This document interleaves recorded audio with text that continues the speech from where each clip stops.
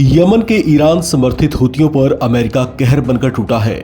ये वही हूती विद्रोही हैं जो इजराइल और फिलिस्तीन के हमास लड़ाकों के बीच युद्ध के दौरान इजराइल को आंखें दिखा रहे थे और हमास को बैकडोर सपोर्ट भी कर रहे थे। अब उन्हें हूती विद्रोहियों को निशाना बना बनाकर अमेरिकी वायुसेना के विमान उन पर मिसाइलें दाग रहे हैं।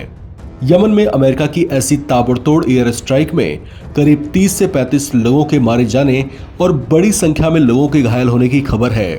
अब इस हमले से तिलमिलाए यमन के हूती विद्रोहियों ने भी अमेरिका को खुल्लम खुल्ला धमकी दे दी है। यमन के अल हूती चरमपंथी नेता अब्दुल मलिक ने अमेरिका के ऐसे हमलों को चुनौती मानते हुए अपने लड़ाकों को संबोधित किया।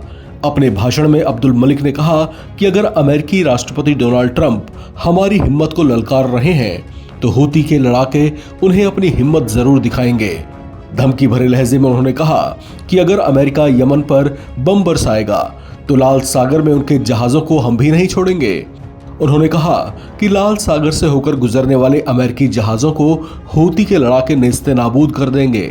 ऐसा माना जा रहा है कि हूती के विद्रोहियों को ये हिम्मत ईरान से मिल रही है और उसी के समर्थन से वो अमेरिका को भी आंखें दिखा रहा है।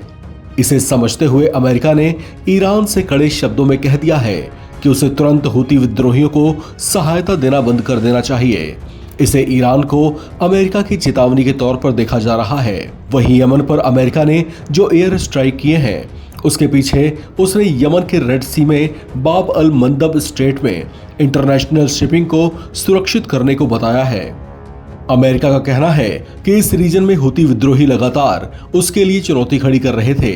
हालांकि यमन पर ऐसी एयर स्ट्राइक को हूतियों ने वॉर क्राइम करार दिया और इसका करारा जवाब देने की चेतावनी दी है।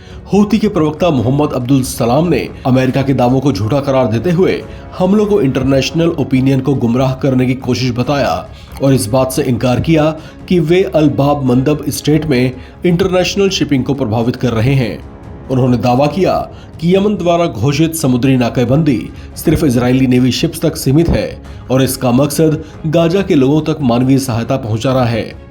यमन की राजधानी सना में रह रहे लोगों ने बताया कि शाबू जिले के पूर्वी जिराफ इलाके में कम से कम 4 हवाई हमले हुए, जिससे इलाके में महिलाओं और बच्चों में दहशत फैल गई। एक स्थानीय शख्स ने हमले को लेकर कहा कि विस्फोट बहुत ही शक्तिशाली थे, जैसे कि कोई भूकंप हो।